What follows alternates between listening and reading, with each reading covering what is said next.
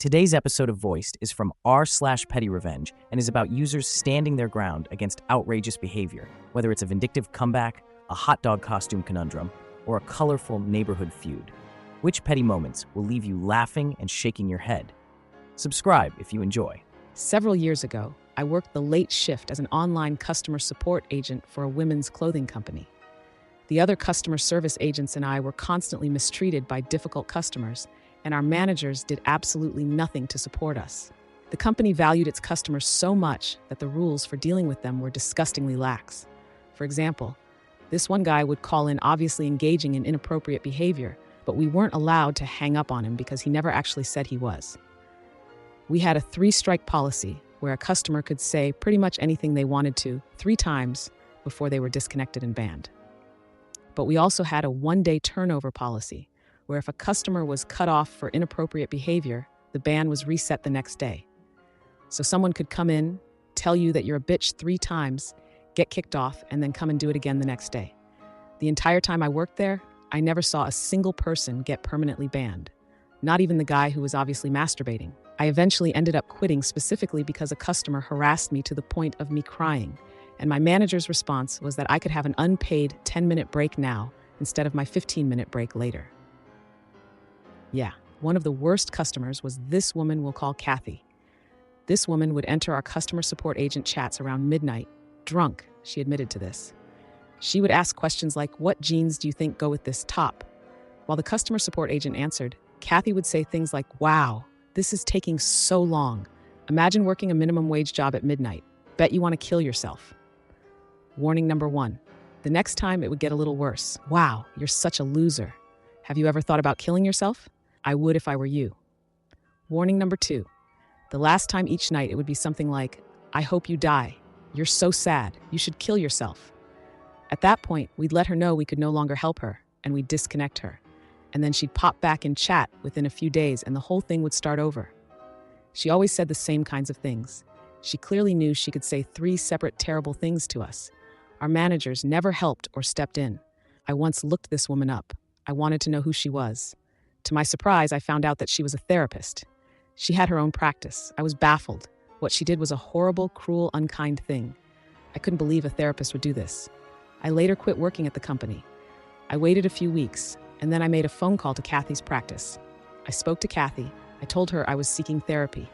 During our intake call, she asked me what kind of issues I was facing. "Well," I said, "I do this really weird, psychotic thing a few nights a week. I get really drunk, and I start a chat with minimum wage customer support agents, and I tell them multiple times that they should kill themselves. That's so very crazy, right?" She made a tiny noise. A moment passed. The call disconnected. My friends at the company said that she never messaged them again. Wow, it's incredible how our childhood experiences can shape us, isn't it? The way that woman treated her support staff is a stark reminder of how people can lose sight of kindness and empathy. But speaking of memories, let's shift gears and talk about another moment from childhood that some might find funny, and others, well, just a bit too much. Imagine being thrust into a costume you never wanted, especially when it was supposed to be all about magic and princesses. Our next story dives into the complexities of a mother-daughter relationship, where a funny memory quickly unravels a childhood trauma. It's a tale that's both relatable and eye-opening as we navigate the fine line between playful parenting and long-lasting embarrassment. Stick around. You won't want to miss this. So, there's this new Target commercial going around where a little girl dresses as a hot dog, and it came on while my family was watching a scary movie. I am home from college for the weekend and brought my boyfriend, and my mother decided it would be hilarious to mention that she'd made me a hot dog costume as a kid, except the way she told the story, it was my request. She said that all the girls wanted to be Disney princesses, but I had asked to be a hot dog, and so she'd gone out of her way to make me that costume. This is not what happened, and I said as much. What actually happened is that I wanted to be Snow White and had told everyone, including the teachers, that I was going to be Snow White. I was obsessed with that movie as a kid, to the point where I would actually get invested in doing chores because I was cleaning up just like Snow White. My dad and I would watch that movie all the time, and I was very excited to be Snow White for Halloween. Especially because my ballet studio was doing a special princess dance for Halloween, and we'd all signed up for special princess slots, and I'd shown up early with my dad the week before so I could get to be Snow White. My mother decided that she wanted to be quirky and that Snow White was a bad role model after I got in trouble for trying to cook dinner for my family. I was about 8, and I tried to make hot dogs, like how she made food for the dwarves in the movie, and I made a mess. My mom surprised me on the day of with this poor quality hot dog suit and told me if I didn't wear it, she'd never let me watch Snow White again. She took a million pictures. The other girls teased me for months, and it was one of the most humiliating moments of my childhood. I told the real story and mentioned that I got through the day by pretending that she was the evil queen, making me dress in rags, but the rags happened to be a garbage meat costume. She got really quiet after that, and after we left, my brother says she was crying and looking at the pictures from that Halloween. I didn't want to make my mom cry, but it's a terrible memory for me, and it felt like she was trying to humiliate me all over again in front of my boyfriend. I called my mom out for forcing me to be a hot dog for Halloween and humiliating me as a child after she brought up the story pretending I had wanted to be. Ada?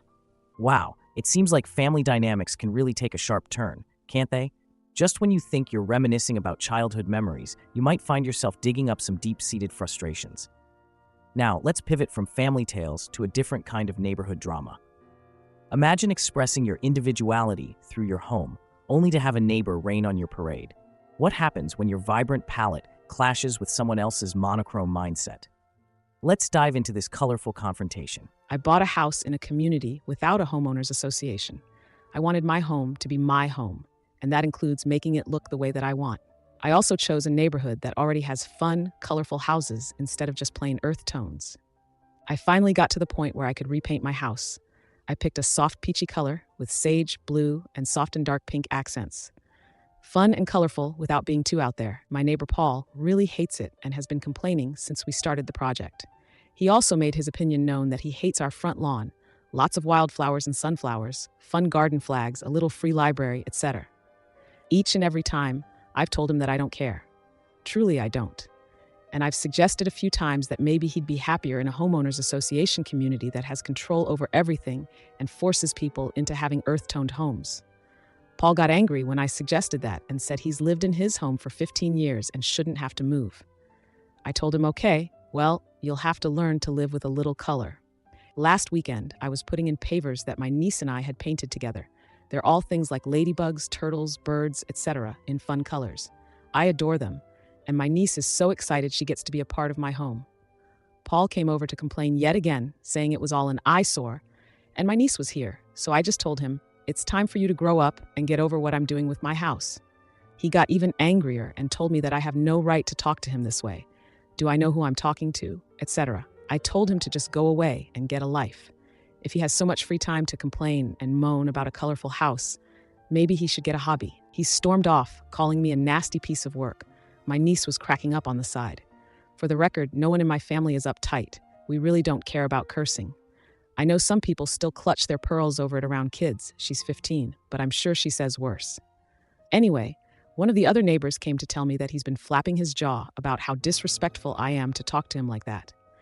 She told me that she knows he's a pain, but that he has been in the neighborhood forever and it's worth being nice to him.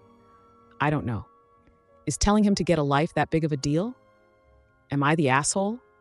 Before I dive into today's posts, please consider subscribing if you're enjoying the content. Wow, today's Reddit stories were a roller coaster. From the insane behavior of that customer support agent's tormentor, who's a therapist no less, to the heartwarming yet cringeworthy hot dog costume debacle, and finally that colorful house drama, it's clear that people really take their frustrations out in some wild ways. I can't believe how insensitive Kathy was, nor how fiercely creative our peach house painter was in the face of criticism. What do you all think? Do you have similar outrageous stories? Let me know in the comments below. Thank you for listening to today's episode of Voiced. If you enjoy daily high-quality stories, please like and subscribe to show your support.